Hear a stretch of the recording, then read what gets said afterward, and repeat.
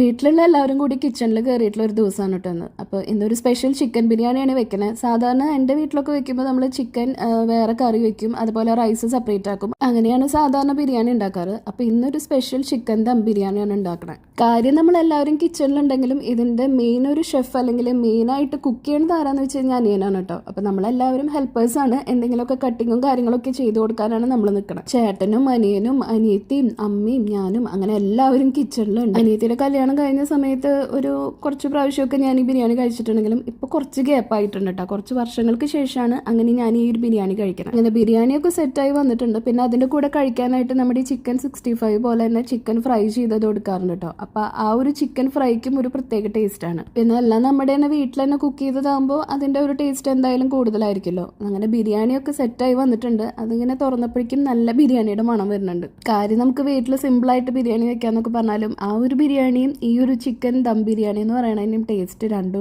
തന്നെയാണ്. അങ്ങനെ ബിരിയാണി സെറ്റായി. പിന്നെ അതിൻ്റെ കൂടെ കഴിക്കാനുള്ള നമ്മുടെ ചിക്കൻ ഫ്രൈയും അതുപോലെ കൂടെ തന്നെ മുട്ട പുഴുങ്ങിയതും സാലഡും അച്ചാറും പപ്പടും ഒക്കെ റെഡിയാക്കിയിട്ടുണ്ട്. ഒരു കാര്യം കൂടി ഉണ്ടായിരുന്നു, പൈനാപ്പിളും കൂടി ഉണ്ടായിരുന്നു കേട്ടോ. അപ്പം നമ്മൾ ഈ പൈനാപ്പിൾ ബിരിയാണിയുടെ സൈഡിൽ ഇങ്ങനെ വെച്ചിട്ട് കഴിക്കുമ്പോൾ ശരിക്കും പറഞ്ഞു കഴിഞ്ഞാൽ പണ്ടത്തെ കല്യാണങ്ങളാണ് ഓർമ്മ വരാറ്.